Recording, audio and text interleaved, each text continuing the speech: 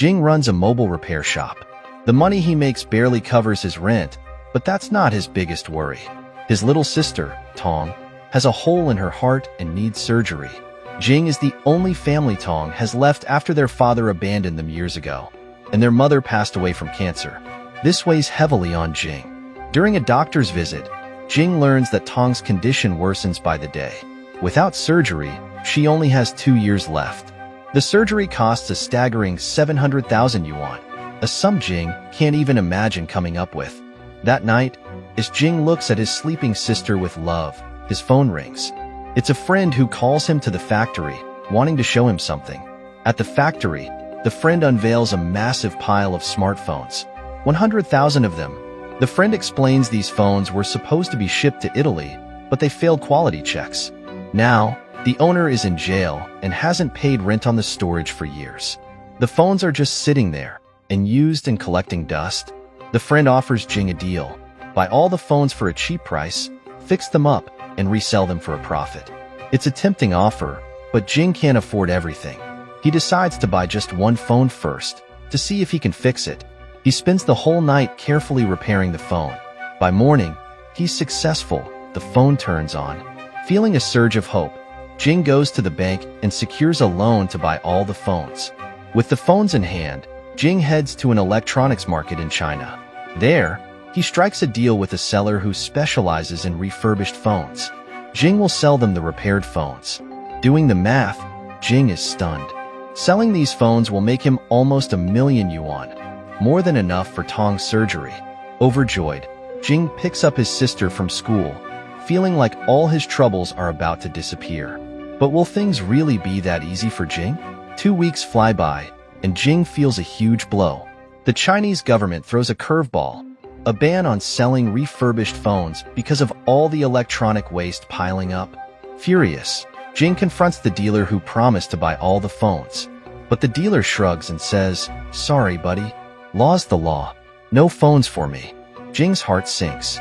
Not only can't he get the money for his sister's surgery, but he also has a loan to repay for phones he can't sell. Just as despair sets in, an idea pops into Jing's head.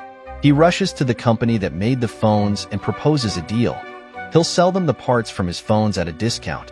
These parts can go into brand new phones the company sells overseas. The manager, however, shuts him down. Taking parts from phones could mess them up, and they wouldn't pass quality checks. Jing assures him he can take the parts out perfectly, but the manager isn't convinced.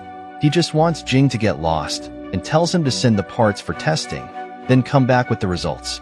Over the next few days, Jing works tirelessly, carefully removing all the important parts from the phones. Finally, he sends them off for testing. Thankfully, everything passes. Jing races back to the manager, report in hand, ready to close the deal. But the manager pulls another fast one. "Never said I'd buy them," he smirks. "Just asked you to tell me if they passed." Jing is furious, but he refuses to give up. He needs another shot. He seeks out the company owner, Zhang. 10 minutes, that's all he needs to explain his plan. Zhang, however, is running late. He has a train to catch in 30 minutes and no time for Jing. Undeterred, Jing buys a ticket for the same train and zooms through narrow alleys on his scooter. Disaster strikes. He crashes, but Jing is a fighter. He gets back up, restarts his scooter, no luck, and sprints for the station on foot. He catches the train with seconds to spare. He bursts into Zhang's seat. 10 minutes, right? Jing demands. He lays out his entire plan, but Zhang doesn't seem convinced. Jing, however, is relentless. Finally, Zhang agrees to buy the parts, but only if they pass quality control. No working parts, no money. On top of that, Jing has to do everything himself, no help provided. Jing steps off the train, his head spinning. How can he possibly take apart 100,000 phones all by himself? Later that night, Jing picks up his sister, Tong, from his friend's house. On the way home, Tong notices the scrapes on his back. Tears well up in her eyes. She realizes he's been hurt. Worried, she tells him to slow down. She reminds him that he's all she has left in the world. Jing trains them all carefully, making sure they don't mess up the quality checks. Hearing about Jing's situation, Some bored retired people from the neighborhood offer to help. Jing is thrilled. The next day, everyone starts working. But Jing is broke. He can't pay them yet, so he gets a window cleaning job with a friend. By day, Jing cleans windows. By night, he dismantles phones.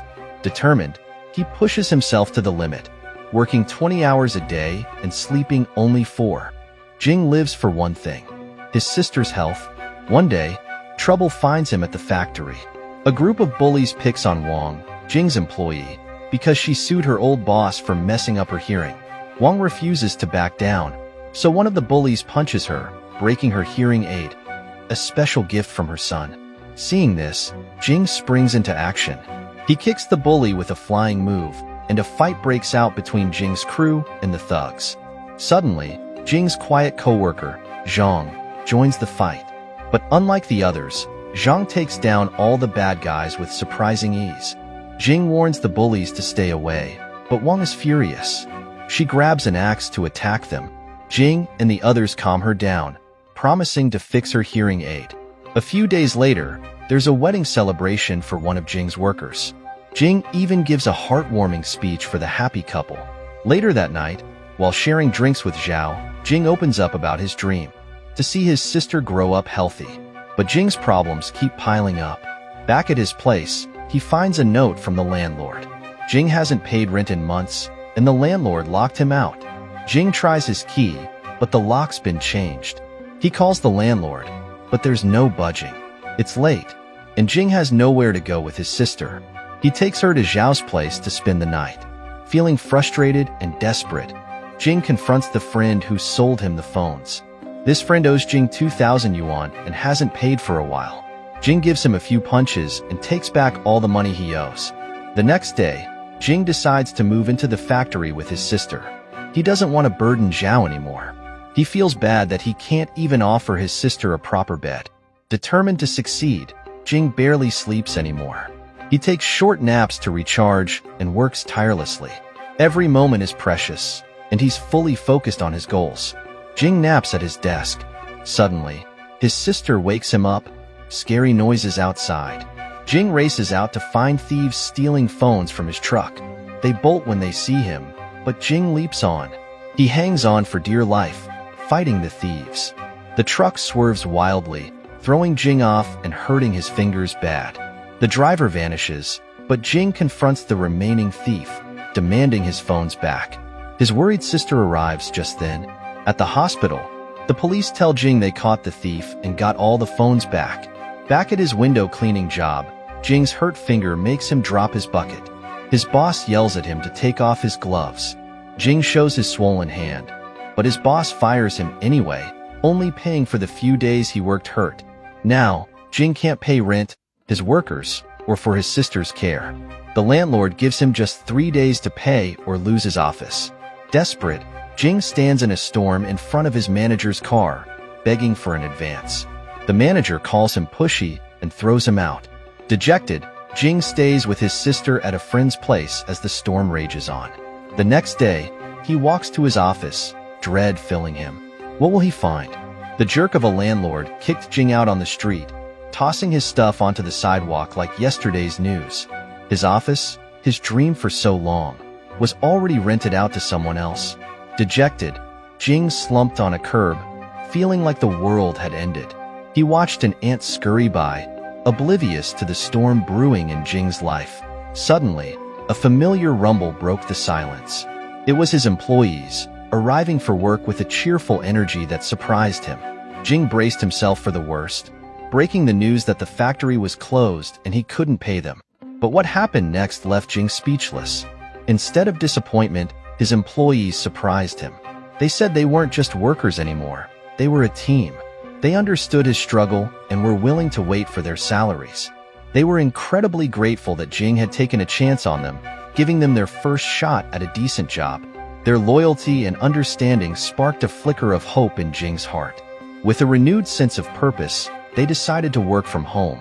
Jing loaded the phones onto a truck, and soon everyone was hunched over workbenches in their living rooms, meticulously taking apart the phones. Months flew by in a blur of tireless effort. Finally, the last phone was disassembled, and Jing sent the parts off for the dreaded quality test. Days turned into weeks, and the wait was agonizing. What if the parts were rejected? What would they do then? The tension was thick in the air when a call finally came in. They were summoned to the office of Mr. Zhang, the CEO of the company they were working for. Jing's heart hammered in his chest as they entered the office, but Mr. Zhang's face was a picture of delight. He congratulated Jing for completing the orders on time and then dropped a bombshell. A whopping 87% of the parts had passed the quality test. Relief and joy washed over them like a tidal wave. Tears welled up in Jing's eyes, tears of gratitude and happiness. But the story doesn't end there. Zhang is so impressed with Jing's talents that he offers him a lucrative deal worth 5 million yuan for 2 years of work. Jing, feeling a mix of excitement and nerves, asks if he could receive an advance payment. Zhang, with a knowing smile, agrees. As the group steps into the elevator, they try to contain their emotions, but the moment the doors close, they erupt in ecstatic cheers. With this new opportunity, Jing can finally afford the treatment his sister needs. Fast forward 6 years, and Jing's company, Nice View, has skyrocketed to incredible success, transforming Jing into a billionaire. Today, Jing stands proudly on stage, launching a new product with his old team, who have also shared in his success and become quite wealthy themselves. If you believe Jing's journey is inspiring, hit that subscribe button. See you in the next video, and until then, take care and goodbye.